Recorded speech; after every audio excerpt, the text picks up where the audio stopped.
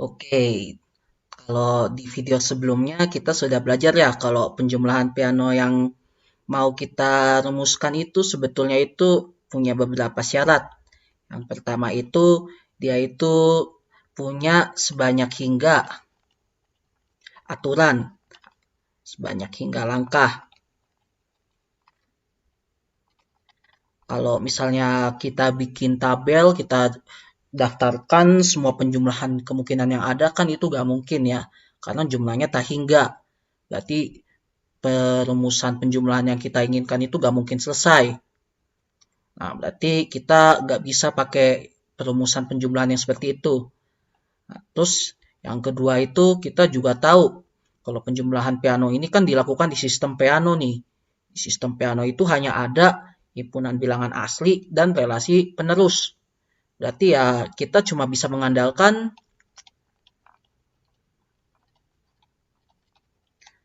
bilangan asli dan relasi penerus alias suksesor ini. Ya, berarti yang kita bisa andalkan itu ya bilangan 0, 1, 2, 3, 4, 5, sampai 10, terus relasi S penerusnya. Nah, ada satu hal lagi yang perlu kita ingat. Dalam sistem piano ini, bilangan asli itu kita pandang sebagai bilangan ordinal.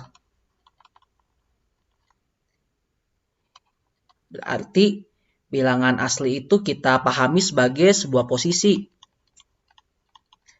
Misalnya posisi ke-0, setelah posisi ke-0 ada posisi ke-1, setelah posisi ke-1 ada posisi kedua, setelah posisi kedua ada posisi ketiga, dan seterusnya.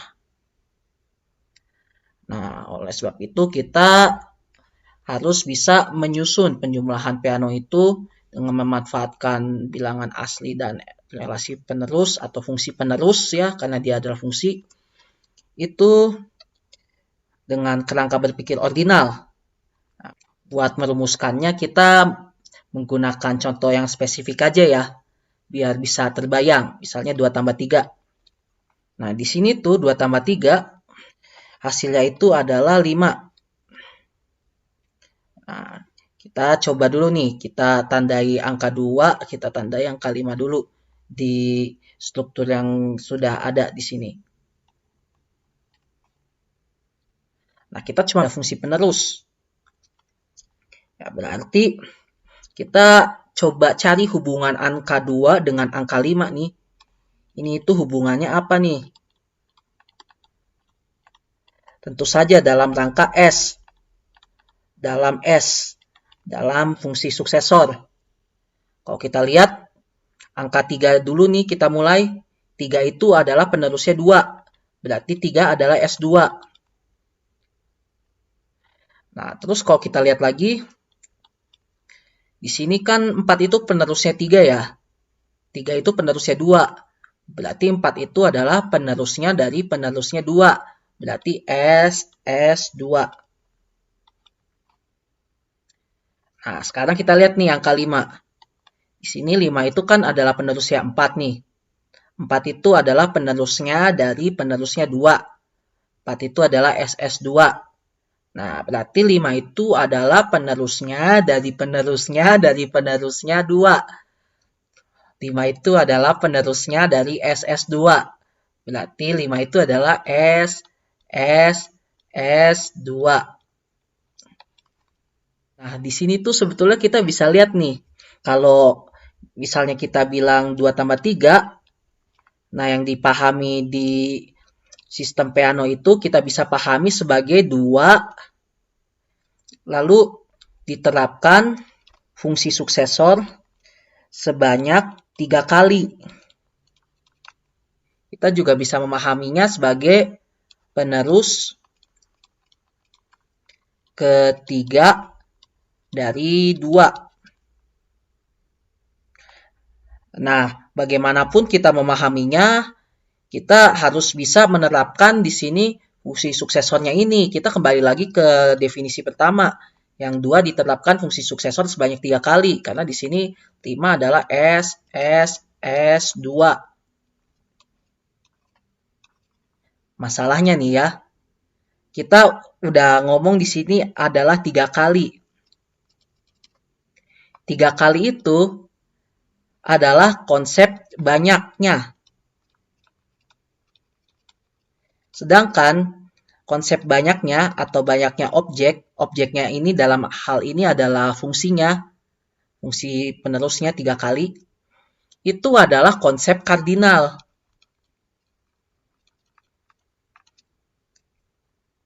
Jadi, meskipun kita bisa memahami 2 tambah 3 sama dengan 5 itu sebagai 2 yang diterapkan fungsi suksesor sebanyak 3 kali, kita gak bisa pakai itu mentah-mentah buat merumuskan penjumlahan di sistem Peano, karena ternyata ada konsep kardinal terselubung. Sedangkan penjumlahan Peano ini dibangun dalam sistem Peano yang dipahami secara ordinal, secara urutan.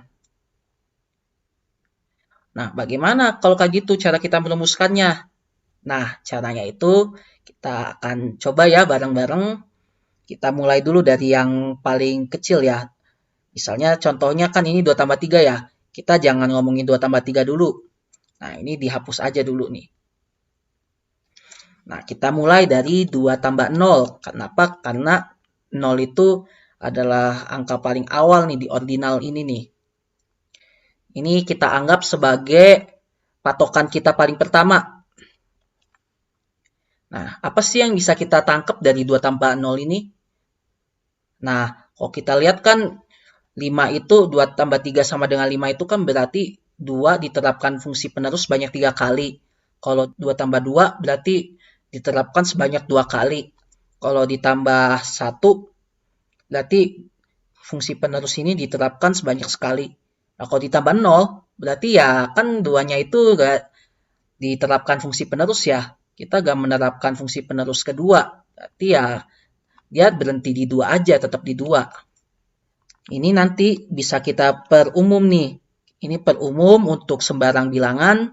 Berarti A tambah 0 sama dengan A. Nah, berarti kita sudah dapat ya di poin pertama. Di sini A tambah 0 sama dengan A. Artinya di sini kalau kita agak menerapkan fungsi penerus kedua, ya dia tetap diam, gak kemana-mana. Dan di sini kita bisa terbebas dari kutukan kardinal ya, karena kita langsung tulis aja di sini A tambah 0 sama dengan A. Kita gak bilang A digeser sebanyak 0 kali. Nah, lalu setelah itu kita coba ke 2 tambah 1. Nah, 2 tambah 1 ini kan hasilnya 3 ya. Kalau kita lihat kan itu penerapan fungsi suksesor ya. Sebanyak sekali ya terhadap 2 ya. Berarti S2. Nah, kalau kita lihat nih, kalau kita amatin nih, sebetulnya kan 2 itu sama dengan 2 tambah 0 ya. Berarti 2 di sini itu bisa kita tulis lagi jadi 2 tambah 0. Nah, kita amati 2 ini.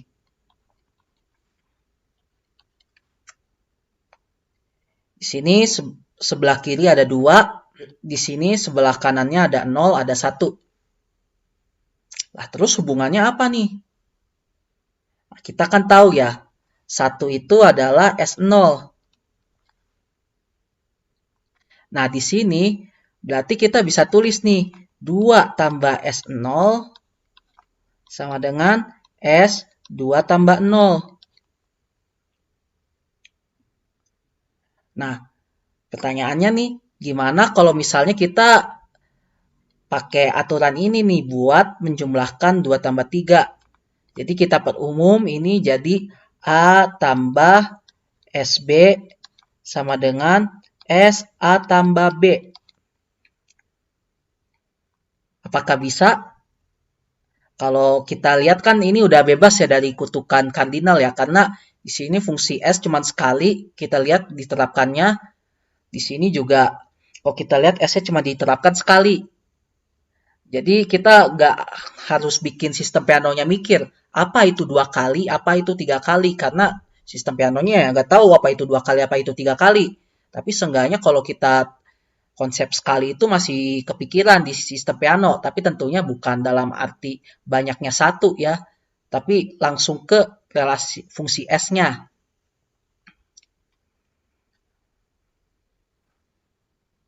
Nah, sekarang kita coba di 2 tambah 3 ya. Nah, kita nggak tahu nih 2 tambah 3 itu berapa nih.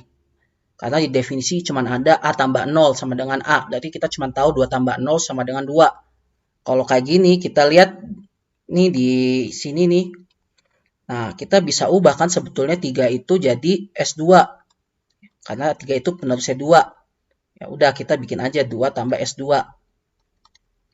Nah, di sini di aturannya kita bisa lihat kalau A itu adalah 2, B-nya itu adalah 2. Jadi di sini kita bisa susun lagi jadi SA tambah B.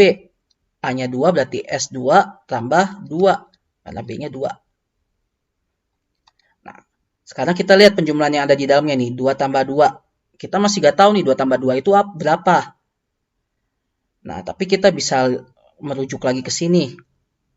Kalau merujuk ke sini berarti kita ubah yang kanan. Dia kan penerus ya 2 ini. Penerusnya siapa? Penerusnya 1. Berarti 2 tambah S1. Nah, kalau kita terapkan aturan yang di sini, berarti A-nya ini kan 2, B-nya 1. Berarti kita akan memperoleh S A tambah B. A-nya 2, B-nya 1. Nah, perlu kita lihat. Sebelumnya udah ada S juga ya. Nah, di sini kalau kita lihat lagi, ternyata 2 tambah 1 belum ada juga definisinya. Kita cuma ada 2 tambah 0 kalau merujuk ke definisi yang di sini. Oke, berarti kita coba lagi lihat ke sini, merujuk ke sini. Nah, berarti kita ubah yang satunya ini jadi penerusnya siapa? Kita kan tahu satu itu adalah penerusnya 0. Berarti kita tulis lagi 1 jadi S0. Nah, berarti di sini 2 tambah S0. Nah, kita tulis lagi di sini S-nya ada 2 kali. Nah, kalau kita lihat di sini 2 tambah S0 ini memenuhi yang di sini juga ya. Berarti A-nya 2, B-nya 0. Berarti kita bisa bikin jadi sama dengan SA tambah B. Berarti di sini S dalam kurung A-nya 2, B-nya 0. Kita lihat di luarnya sudah ada 2S. Udah ada S-nya 2 kali ya maksudnya. Nah, berarti kita jangan lupa tambahin S-nya. Kayak gini. Nah, 2 tambah 0 kita tahu nih berapa nih. Yaitu adalah 2 dari sini. Nah, berarti 2 tambah 0 sama dengan 2. Kita tutup. Di sini kita terapkan fungsi suksesor sebanyak 3 kali ternyata. Nah, dari fungsi suksesor ini, yang penerapan secara 3 kali kita bisa hitung nih. S2 berapa? S2 3. Berarti S.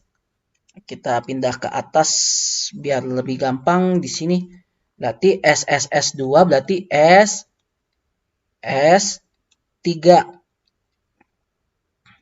Nah, S3 itu apa? S3 itu 4. Nah, berarti S4. S4 itu apa? S4 itu 5. Jadi kita bisa dapat 2 tambah 3 sama dengan 5.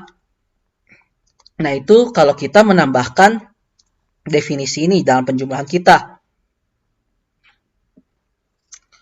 Maka kita ganti dulu warnanya ya jadi warna biru. Maka definisi satunya lagi itu adalah A tambah SB sama dengan S A tambah B. Nah, jadi dari kedua definisi ini nih, 2 poin ini, kita sudah merangkum operasi penjumlahan dalam kerangka pikir sistem Peano. Di sini kita terlepas dari itu ya, bisa bebas dari konsep berapa kali ya di sini. Karena kalau penerapan S cuma sekali, itu memang sudah terberikan dari itunya. Dari sistemnya, ada relasi S. Tapi kalau misalkan kita udah ngomong S-nya 2 kali, misalnya S2,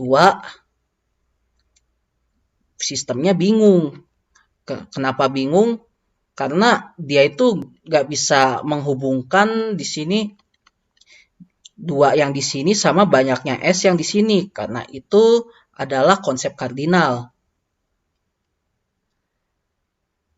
Makanya di sini kita udah dapat definisi yang bisa dijalankan di sistem ordinal yang adalah sistem Peano ini dalam konteks kita.